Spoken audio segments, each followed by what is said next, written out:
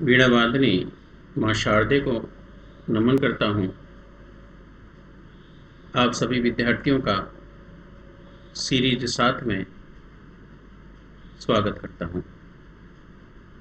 विद्यार्थियों, अब तक मैंने 6 सीरीज के वीडियो आपके समक्ष अपलोड किए हैं और मैं समझता हूँ कि आपने वो सभी वीडियो के प्रश्नों को हल किया होगा और आनंद की अनुभूति हो रही होगी। आप पूरा वीडियो देखें और समस्त 20 प्रश्नों को अपने अनुसार हल करने का प्रयास करें।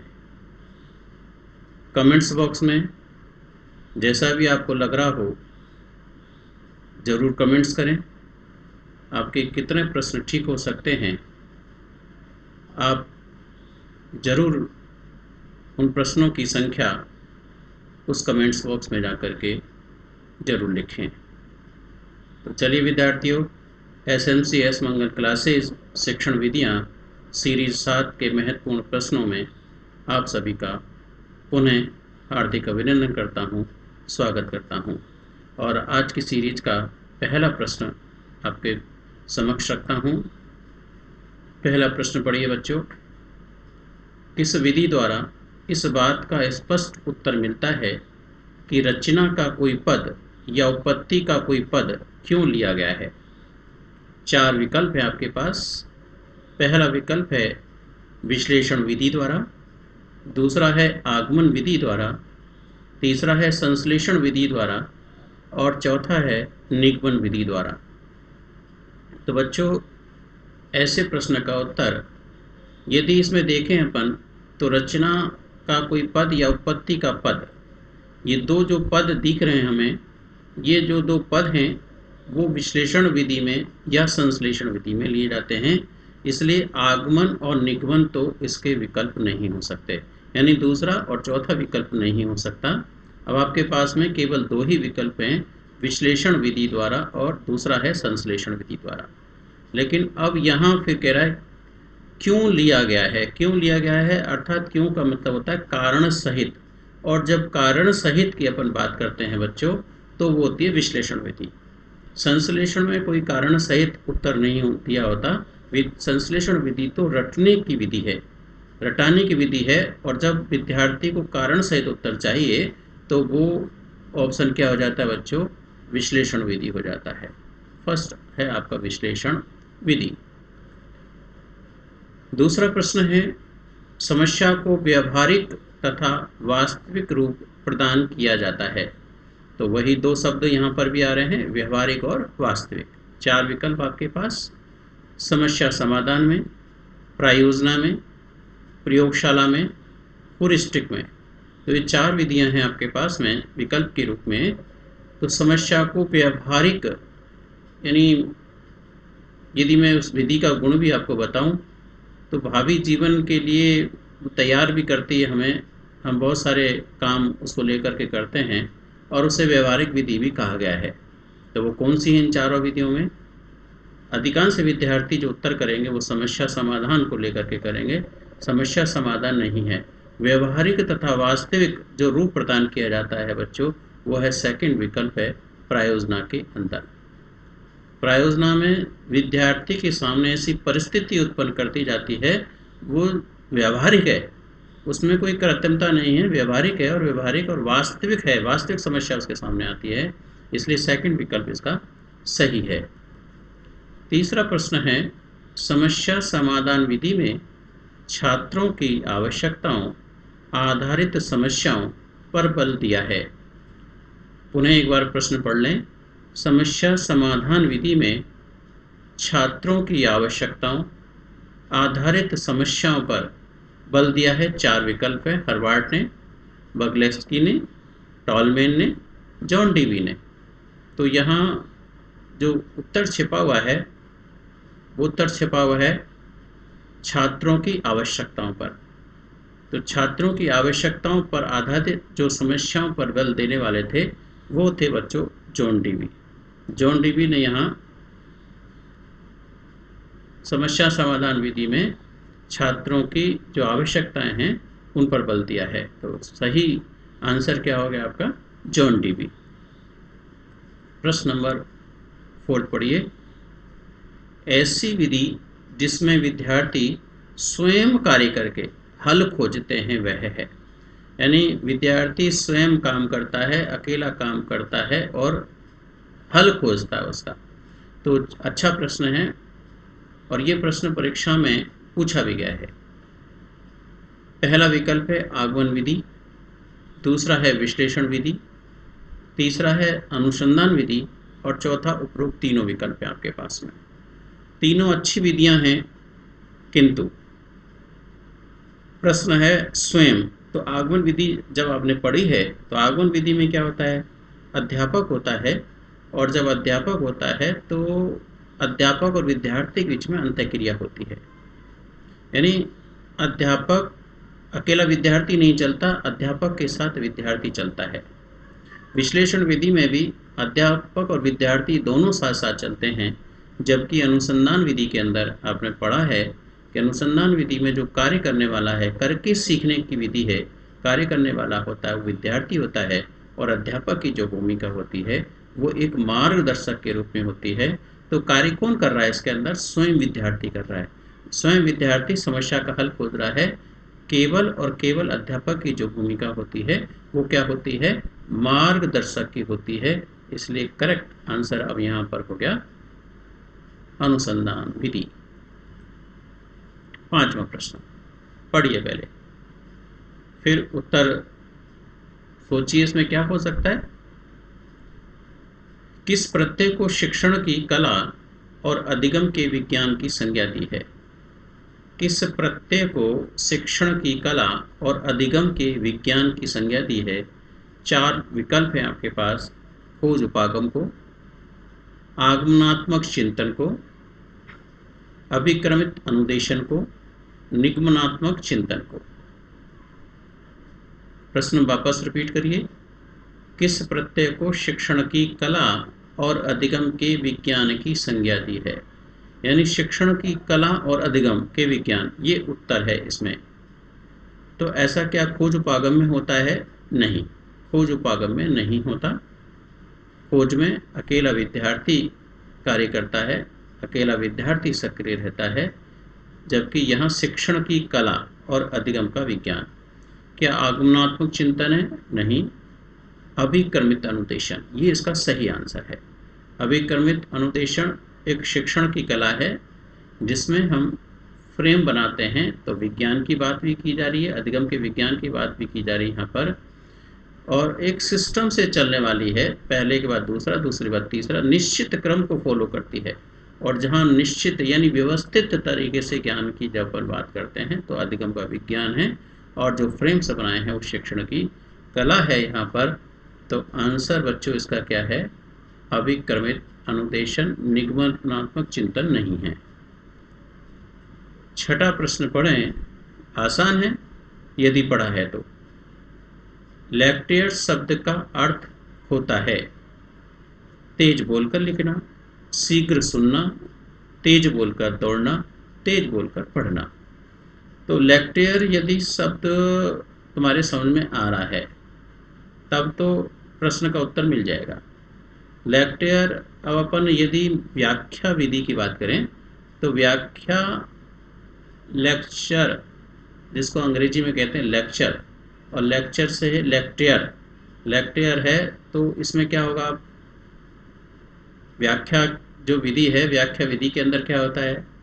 तेज बोलकर लिखना होता है, शीघ्र सुनना होता है, तेज बोलकर दौड़ना होता है, या तेज बोलकर पढ़ना। तो व्याख्यान विधि में कौन काम करने वाला है? अध्यापक केंद्रित विधि कही गई उसे। अध्यापक बोलता है, अध्यापक बोलता है तो क्या क्लास के अनुसार बोलेगा? क्लास के अनुसार बोलेगा तो उसे तेज बोल करके और क्या होता है? पढ़ना होता है। पुस्तक को पढ़ करके बच्चों के बीच में सुनाता है। तो यहाँ चौथा विकल्प सही है। पूछा जा सकता है परीक्षा के अंदर, लेक्चर शब्द का जो अर्थ होता है वो क्या होता है? तेज बोलकर पढ़ना। तेज बोलकर लिखना नहीं होता, शीघ्र सुनना नहीं होता, तेज बोलकर दौड़ना नहीं होता, अध्यापक को पढ़ना होता है, इसलिए तेज बोलकर पढ़ना। नेक्स्ट 7वां प्रश्न पढ़ेंगे। टोली शिक्षण एक ऐसी व्यवस्था है जिसमें कई अध्यापक अपने स्रोतों, अभिरुचियों एवं दक्षताओं के अनुरूप एक ही कक्षा में शिक्षण कार्य करते हैं। यह कथन है। पहला विकल्प कार्ल आल्सन का, दूसरा कार्ल ग्रास का, तीसरा डेविस वारविक का और चौथा स्टेनले हॉल का। तो ये स्टेटमेंट है और ये स्टेटमेंट यानी जिसके द्वारा कही गई बात है वो कही गई बात है ये डेविस वारविक के द्वारा। आपको ध्यान में रखना पड़ेगा। मैं पुनरावृत्ति कर रहा हूँ कि इस प्रकार के स्टेटमेंट आपकी परीक्षा में पूछे जाते हैं और पूछे जाते हैं। अब तक 6 सीरीज में और ये 7वीं जो सीरीज आपके बीच में प्रस्तुत कर रहा हूँ, अनेकानेक स्टेटमेंट आ चुके हैं। उन स्टेटमेंट्स को ध्यान में रख करके चलिएगा। तो यहाँ जो टोली शिक्षण एक ऐसी व्यवस्था है जिसमें कई अध्यापक अपने स्रोतों, अभिरुचियों एवं दक्षताओं के अनुरूप एक ही कक्षा में शिक्षण कार्य करते हैं। यह कहा गया है किसके द्वारा? डेविस वारविक के द्वारा। 8वां प्रश्न, प्राथमिक स्तर पर पर्यावरण अध्ययन को एक अलग विषय के रूप में पढ़ाया जाए, यह सिफारिश सर्वप्रथम कब की गई? यानी पाठ्यक्रम में ऐसा प्रश्न आ चुका है पूर्व में, आपको याद आ रहा होगा यदि वास्तविकता में आपने उनको पढ़ा है, सीरीज को जाना है। तो प्राथमिक स्तर पर पर्यावरण अध्ययन को एक अलग विषय के रूप में पढ़ाया जाए, यानी इस पर्यावरण विषय को पाठ्यक्रम में जोड़ा जाए। पाठ्यक्रम में जोड़ने की जो बात कही गई थी वो सबसे पहले 1965 में कही गई थी। किंतु अब यहाँ प्रश्न जो बदल रहा है, इसलिए जल्दीबाजी में उत्तर नहीं करना। प्राथमिक स्तर पर पर्यावरण को एक अलग विषय के रूप में पढ़ाया जाए, यह सिफारिश की जाती है सबसे पहले कब? 1975 में। 1965 में तो इससे जोड़ने की बात कही गई थी, लेकिन प्राथमिक स्तर पर एक अलग विषय के रूप में पढ़ाने की जो सिफारिश की गई थी वो कब की गई थी? 1975 के अंदर की गई थी। तो ध्यान में रखिएगा 1965 में क्या हुआ और 1975 में क्या हुआ। नेक्स्ट, व्यवहारिक गणित का अंग नहीं है। 4 ऑप्शन है आपके पास। समय, काम, मजदूरी की गणना करना, खेत खलियान में क्षेत्र माप करना, डाक टिकटों आदि का लेखा रखना, ज्यामितीय प्रमेय को हल करना। व्यवहारिक गणित, इसका दूसरा नाम क्या है? सामुदायिक गणित। सामुदायिक गणित को ही व्यवहारिक गणित कहा जाता है और सामुदायिक गणित वह गणित होता है जो हमारा समुदाय, हमारी सोसाइटी है, उसका सफल संचालन होता हो। सोसाइटी के द्वारा जिस गणित का उपयोग किया जाता हो, आसपास जिस गणित की बात की जाती हो, यदि बैंकों में चलें तो बैंकों की कार्यप्रणाली व्यवहारिक गणित के अंदर आती है। बाजारों की जो कार्यप्रणाली है वो भी व्यवहारिक गणित के अंदर आती है। डाकघरों की कार्यप्रणाली वो भी व्यवहारिक गणित के अंदर आती है। तो आसपास के जो क्षेत्रों की अपन बात करें तो जरा देखें, समय, काम, मजदूरी की गणना करना ये व्यवहारिक गणित के अंदर ही आता है, क्योंकि एक आम व्यक्ति के द्वारा लिया जाने वाला गणित है। खेत खलियान में क्षेत्र माप करना, बिल्कुल यह भी एक व्यवहारिक गणित का ही पार्ट है। डाक टिकटों आदि का लेखा रखना, मैंने कहा था कि अभी डाकघरों की कार्यप्रणाली भी इसी के अंदर आती है। किंतु चौथा ऑप्शन दिया जा रहा है आपके लिए, ज्यामितीय प्रमेय को हल करना। अब ज्यामितीय प्रमेय व्यवहारिक गणित का पार्ट नहीं है, यह प्योर मैथमेटिक्स का पार्ट यहाँ पर आता है। तो 3 ये तो सही व्यवहारिक गणित के पार्ट हैं, चौथा वाला नहीं है, इसलिए आंसर क्या हो गया? तो अब इस प्रश्न के उत्तर से आप समझ रहे होंगे कि आसपास में जो गणित प्रयोग ली जाती है, आम व्यक्ति के द्वारा जो गणित उपयोग में ली जाती है, वो व्यवहारिक गणित है यहाँ पर। नेक्स्ट प्रश्न की ओर चलें। प्रश्न नंबर 10, विषय शिक्षण के लिए पाठ योजना का निर्माण आवश्यक है क्योंकि इससे, पहला विकल्प, शिक्षक को पाठ याद हो जाता है। दूसरा विकल्प, विषय वस्तु का गहनता से अध्ययन कराया जा सकता है। तीसरा विकल्प, विषय वस्तु का विकास सुव्यवस्थित ढंग से कराया जा सकता है। चौथा है छात्रों की कमजोरी का पता लगता है। लगभग उत्तर आपको ऐसे लग रहे होंगे कि यह भी हो सकता है और यह भी हो सकता है। खासतौर से दूसरा, तीसरा, चौथा विकल्प आपको ज़्यादा पसंद आ रहे होंगे। किंतु यहाँ देखिए कि जब हम पाठ्य योजना की बात करते हैं, किसी भी प्लानिंग की बात करते हैं, प्लानिंग क्यों करते हैं अपन? प्लानिंग इसलिए करते हैं कि जो हम काम करने जा रहे हैं वो काम हमारा कैसा होना चाहिए, व्यवस्थित ढंग से होना चाहिए। पहले से अपन प्लानिंग करते हैं तो कार्य कैसा होता है हमारा, सुव्यवस्थित होता है, अच्छी तरीके से हो जाता है यहाँ पर। तो विषय शिक्षण के लिए पाठ्य योजना का निर्माण इसलिए आवश्यक है क्योंकि विषय वस्तु का विकास सुव्यवस्थित ढंग से कराया जा सकता है, सिस्टम से कराया जा सकता है। पहले शिक्षण बिंदु ये, दूसरा शिक्षण बिंदु ये, तीसरा शिक्षण बिंदु ये। और यदि हम प्लानिंग ना करें तो हमें पता नहीं लगेगा कि कौन से शिक्षण बिंदु को पहले पढ़ाना है और कौन से शिक्षण बिंदु को बाद में कराना है, मूल्यांकन के प्रश्न कब पूछने हैं, बोध प्रश्नों का क्या करना है, गृह कार्य कब दिया जाना है।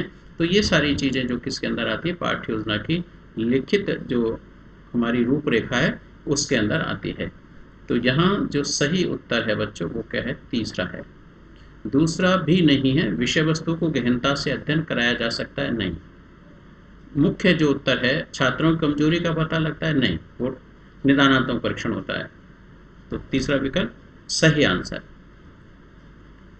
प्रश्न नंबर 11, सामाजिक अध्ययन मनुष्य तथा उसके अन्य मनुष्यों तथा वातावरण के साथ स्थापित संबंधों का अध्ययन करता है, यह कथन है। यह भी एक स्टेटमेंट है आपके पास जिसके 4 विकल्प हैं। क्या यह कथन एक मुफ्फात के द्वारा दिया गया है, वेस्ले के द्वारा दिया गया है, जारोलिमेक के द्वारा दिया गया है, या माइकेलिस के द्वारा दिया गया है? तो सामाजिक अध्ययन मनुष्य तथा उसके अन्य मनुष्यों तथा वातावरण के साथ स्थापित संबंधों का अध्ययन करता है, यह स्टेटमेंट देने वाले हैं वो हैं जारोमिलेक। जारोमिलेक के द्वारा ये स्टेटमेंट दिया गया है, याद रख लीजिए। क्वेश्चन 12, यंग महोदय के अनुसार लौह वाष्प और विद्युत के इस युग में जिस ओर भी मुड़कर देखें गणित ही सर्वोपरि है। यदि यह रीढ़ की हड्डी निकाल दी जाए तो हमारी भौतिक सभ्यता नष्ट हो जाएगी। यह परिभाषा किस मूल्य की ओर संकेत है?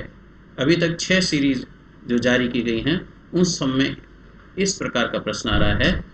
परीक्षा में इस प्रकार का प्रश्न बच्चों आता ही आता है, इसलिए मैं बार बार इस प्रकार का प्रश्न दे रहा हूँ। आपका इस प्रकार का प्रश्न गलत नहीं होना चाहिए और मेरा यहाँ आशय है कि एक एक प्रश्न भी यदि गलत होता है तो आप मेरिट से बाहर हो सकते हैं, इसलिए एक भी प्रश्न आपका क्या है, गलत नहीं होना चाहिए। तो यंग महोदय ने इतना बड़ा स्टेटमेंट आपके बीच में रखा है और वो पूछ रहे हैं, यहाँ पूछा जा रहा है आपसे ये किस मूल्य का संकेत है, किस मूल्य का उदाहरण है? क्या यह सांस्कृतिक मूल्य का है, क्या यह सामाजिक मूल्य का है, या कलात्मक मूल्य का है, या प्रयोगात्मक मूल्य का है? तो यहाँ शब्दों की तरफ जाएंगे तो ध्यान में आता हो लौह वाष्प और विद्युत के इस युग में। तो ये 3 शब्द यहाँ पर दिए जा रहे हैं और ये 3 शब्द आपको संकेत कर रहे हैं किधर की ओर, आप समझ रहे होंगे विज्ञान की ओर संकेत कर रहे हैं। और जब विज्ञान की ओर संकेत कर रहे हैं तो विज्ञान में क्या होगा, प्रयोग होंगे। बिना प्रयोग के लौह वाष्प और विद्युत की बात अपन नहीं कर सकते। तो इस युग में गणित क्या है, सर्वोपरि की बात की जा रही है। यदि यह रीढ़ की हड्डी निकाल दी जाए तो हमारी भौतिक सभ्यता, और भौतिक सभ्यता की भी अपन बात करेंगे तो फिर विज्ञान की ही यहाँ पर बात करनी पड़ेगी अपन को। इसलिए बच्चों आंसर क्या है इसका, प्रयोगात्मक मूल्य। नेक्स्ट प्रश्न नंबर 13, फोनोग्राफ किस प्रकार की सामग्री है? अब यदि फोनोग्राफ को आप नहीं जानते फोनोग्राफ क्या होता है तो आप उत्तर नहीं दे सकते। दृश्य सामग्री विकल्प है, श्रव्य सामग्री विकल्प है, दृश्य श्रव्य सामग्री विकल्प है और प्रक्षेपित सामग्री विकल्प है। आपके पास ऐसे प्रश्नों के फिर तुक्का लगाने के अलावा कोई चारा नहीं बचता। इसलिए इस प्रकार के प्रश्न भी आपको ध्यान में रखने चाहिए। फोनोग्राफ क्या होता है? पढ़ा है। मैं दूसरा नाम बताऊंगा तो आपके समझ में आ जाएगा। फोनोग्राफ, जिसको हम कहते हैं ग्रामोफोन। फोनोग्राफ का दूसरा जो नाम होता है वो क्या होता है? ग्रामोफोन होता है। और ग्रामोफोन, अब आप उत्तर दे सकते हैं कि ग्रामोफोन जो सामग्री है सुनने की है, यानी आंसर सीधा सीधा सब आ रहा है आपके पास में, श्रव्य सामग्री। ग्रामोफोन एक पुरानी श्रव्य सामग्री है। रेडियो चला करते थे, टेप रिकॉर्डर चला करते थे, ग्रामोफोन चला करते थे। ध्यान में आता हो आपको कि ग्रामोफोन एक यांत्रिक मशीन है जिसमें एक भोंपूनमा माइक, देखा हो आपने, बड़ी डिश काली और लाल कलर की उस यांत्रिक मशीन पर रख कर के वो घूमती, जिसको चकती कहते हैं, वो घूमती रहती है और जो भोंपू लगा हुआ उसमें से आवाज़ आ रही होती है। तो केवल सुन कर के हम सीखते हैं, इसलिए वो सामग्री क्या हो गई? श्रव्य सामग्री हो गई। 14 प्रश्न, निम्न में से त्रिआयामी, थ्री डायमेंशन सामग्री है। थ्री डायमेंशनल सामग्री आपसे पूछी जा रही है। क्या वस्तुएं थ्री डायमेंशनल होती हैं? प्रतिरूप नमूने थ्री डायमेंशनल होते हैं? कठपुतलियाँ थ्री डायमेंशनल होती हैं? उपरोक्त सभी। तो अब इसका उत्तर देने में तो कोई कष्ट है ही नहीं। थ्री डायमेंशनल कोई भी वस्तु अपन देखें तो वो क्या होती है? 3D के रूप में होती है, थ्री डायमेंशनल के रूप में होती है। चाहे आप किसी भी किचन के पात्र को उठा लें तो आपको नज़र आएगा कि वो थ्री डायमेंशनल है। गिलास उठा लो, कटोरी उठा लो, चम्मच उठा लो, किसी को भी उठा लो, डस्टर को उठा लो, चौक को उठा लो, शामपट को देख लो, किताब को देख लो, तो वो सब वस्तुएं किस रूप में नज़र आएंगी? पेन देख लो, सब थ्री डायमेंशनल रूप में नज़र आती हैं, त्रिआयामी। जो प्रतिरूप होते हैं, प्रतिरूप नमूने भी इनको कहते हैं, मॉडल्स जिनको हम कहते हैं, प्रतिदर्श हम जब कहते हैं, तो यह भी क्या होते हैं? 3D के रूप में होते हैं, थ्री डायमेंशनल रूप में होते हैं। कठपुतलियाँ हैं, कठपुतलियों का गेम है, यह भी क्या होता है? थ्री डायमेंशनल होता है। कठपुतलियाँ यदि मैं आपके सामने खड़ी कर दूँ तो केवल बाहर आगे वाला हिस्सा दिखाई देता है, पीछे वाला हिस्सा दिखाई नहीं देता। यह भी क्या होते हैं? 3D के रूप में होती है। इसलिए चौथा वाले का विकल्प यहाँ पर सही है। 15वां प्रश्न है, शिक्षण के उद्देश्यों को प्राप्त करने के लिए शिक्षक जिन क्रियाओं का नियोजन करता है उनके आलेख को किसकी संज्ञा दी जाती है? तो प्रश्न आसान है, कठिन नहीं है। 4 विकल्प हैं, प्रस्तुतिकरण की, पाठ योजना की, मूल्यांकन की, शिक्षण विधि की। तो आलेख शब्द एक तो यहाँ पर आ रहा है आपके लिए उत्तर देने के लिए। शिक्षण के उद्देश्यों को प्राप्त करने के लिए, अब अध्यापक ने जो शिक्षण उद्देश्य डिसाइड किए हैं और उनको वो प्राप्त करना चाहता है तो पूर्व ज्ञान से नवीन ज्ञान की ओर चलना चाहता है, तो प्रस्तावना भी आती है, उद्देश्य कथन भी आता है, प्रस्तुतिकरण भी आता है, और उन उद्देश्यों को प्राप्त किया है या नहीं किया तो मूल्यांकन भी आता है। जो ज्ञान बच्चों को दिया गया है वो ज्ञान बच्चों का स्थायी हो जाए तो गृह कार्य भी दिया जाता है। तो ये समस्त जो आलेख है, ये समस्त क्रियाएं जिसमें रखी जाती हैं, उस आलेख को किसकी संज्ञा दी गई है बच्चों? समझ रहे होंगे, पाठ योजना। जो आलेख है वो क्या है आपका? पाठ योजना है उत्तर। नेक्स्ट 16 प्रश्न, शिक्षण की त्रिध्रुवीय संरचना किस उपागम के नाम से जानी जाती है? शिक्षण की प्रश्न पढ़िए, और ये ऐसा प्रश्न आ चुका है, 2 बार आ चुका है। शिक्षण की त्रिध्रुवीय संरचना किस उपागम के नाम से जानी जाती है? तो ये प्रश्न आ चुका है। आंसर आपके पास में है। क्या मॉरिसन उपागम है, मूल्यांकन उपागम है, हार्वर्ड उपागम है, भारतीय उपागम है? तो ध्यान में आता हो, शिक्षण को त्रिध्रुवीय प्रक्रिया के रूप में माना है, वो किसने माना है? B.S. ब्लूम ने माना है। और B.S. ब्लूम ने माना है तो उसने कौन सा उपागम दिया था? मूल्यांकन उपागम दिया था। तो किस नाम से जाना जाता है वो? मूल्यांकन उपागम के नाम से जाना जाता है। 17वां प्रश्न, भावात्मक उद्देश्य का संबंध होता है। अब भावात्मक उद्देश्य यदि आपके ध्यान में आता होगा तो फिर आराम से इसका उत्तर आप दे सकेंगे। पहला विकल्प है रुचियों, अभिवृत्तियों तथा मूल्यों के विकास से। दूसरा है शारीरिक एवं मानसिक क्रियाओं से। तीसरा विकल्प है घटनाओं के वर्णन से। और चौथा उपरोक्त सभी। बताइए इसका क्या उत्तर होना चाहिए। भावात्मक उद्देश्य ध्यान में है। भावात्मक उद्देश्य की जब अपन बात करें तो आग्रहण, अनुक्रिया, अनुमूल्यन, प्रत्ययीकरण, व्यवस्थापन, चरित्र निर्माण। जहाँ चरित्र निर्माण की अपन बात करते हों वहाँ पर किसकी बात करेंगे, मूल्यों के विकास की बात करेंगे। बालक को आनंद की अनुभूति हो, बालक को अच्छा लगता हो, बालक आगे बढ़ने के लिए तैयार होता हो, उसे कहते हैं रुचियों और अभिवृत्तियों। पॉजिटिव थिंकिंग, साइंटिफिक एटीट्यूड ये बच्चे का हो तो वो भावात्मक उद्देश्य होता है। शारीरिक एवं मानसिक क्रियाएं क्या भावात्मक उद्देश्य के अंदर आएंगी? नहीं, वो उद्देश्य कौन सा होता है? क्रियात्मक उद्देश्य होता है, जिसे हम मनोशारीरिक उद्देश्य साइकोमोटर अपन यहाँ पर कहते हैं। तो शारीरिक और मानसिक क्रियाओं का जो ताल्लुकात होता है, संबंध होता है, वो किससे होता है? क्रियात्मक उद्देश्य होता है। घटनाओं के वर्णन की अपन बात करेंगे तो उसका उद्देश्य होता है वो ज्ञानात्मक होता है। तो उपरोक्त सभी तो वैसे भी नहीं हो सकता, इसलिए इसका सही जो आंसर है भावात्मक उद्देश्य का जो संबंध है वो किससे होता है? रुचियों, अभिवृत्तियों तथा मूल्यों के विकास से होता है बच्चों। 18वां प्रश्न, उपलब्धि परीक्षणों द्वारा छात्रों के किस पक्ष का मूल्यांकन किया जाता है?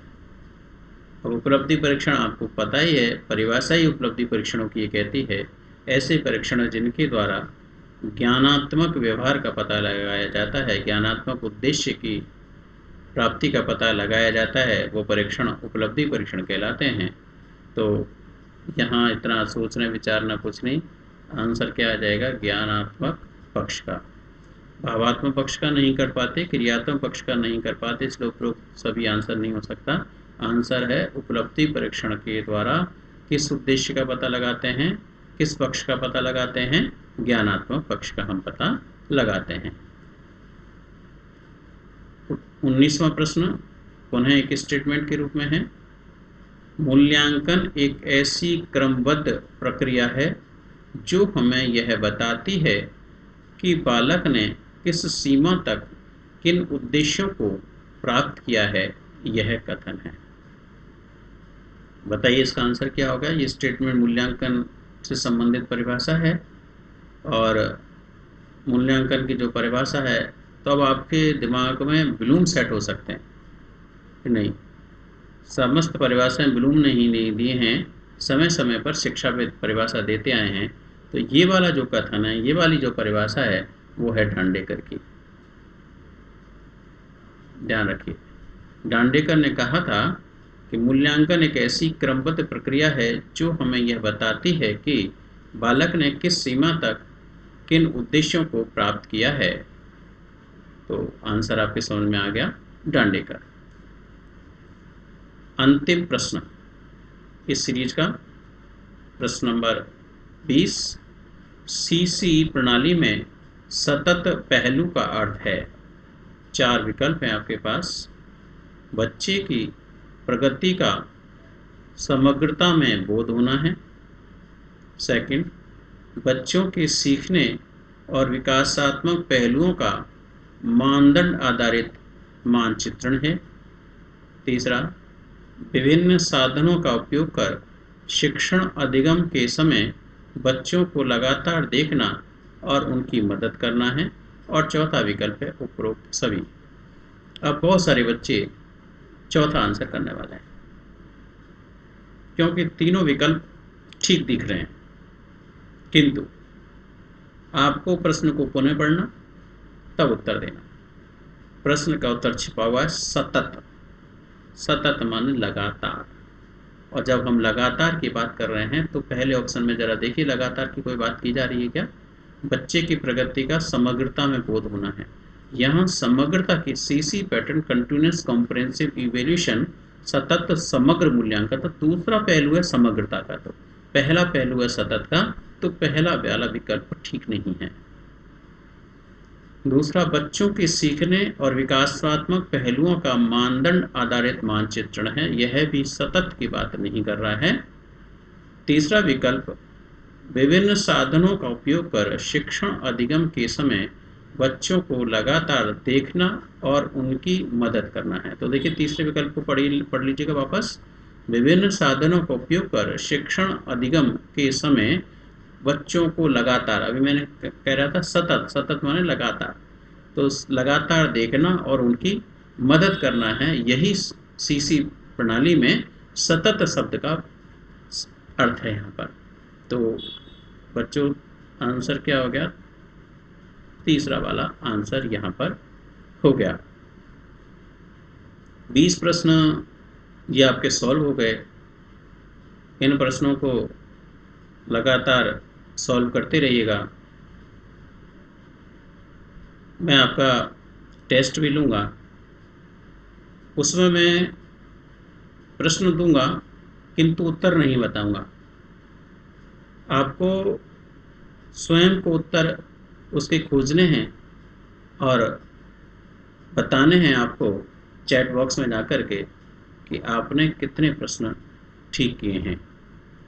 उससे फिर आपको आइडिया लगेगा। अभी तो आप चूँकि उत्तर मिल जाता है इसलिए उस हिसाब से चल रहे हैं कि किसी के 17 सही हो रहे हैं, किसी के 16 सही हो रहे हैं, लेकिन जब आपके पास में उत्तर नहीं होगा तो फिर आप देखेंगे कि आप कितने प्रश्न सॉल्व कर पाते हैं।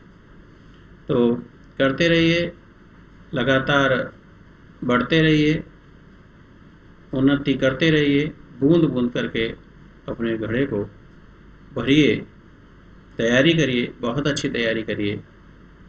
ईश्वर से मैं यही कामना करता हूँ कि जिस बेरोज़गारी के जीवन को आप जी रहे हैं उससे जल्दी से जल्दी आपको मुक्ति दिलाए। आपका बहुत बहुत आभार, बहुत बहुत धन्यवाद।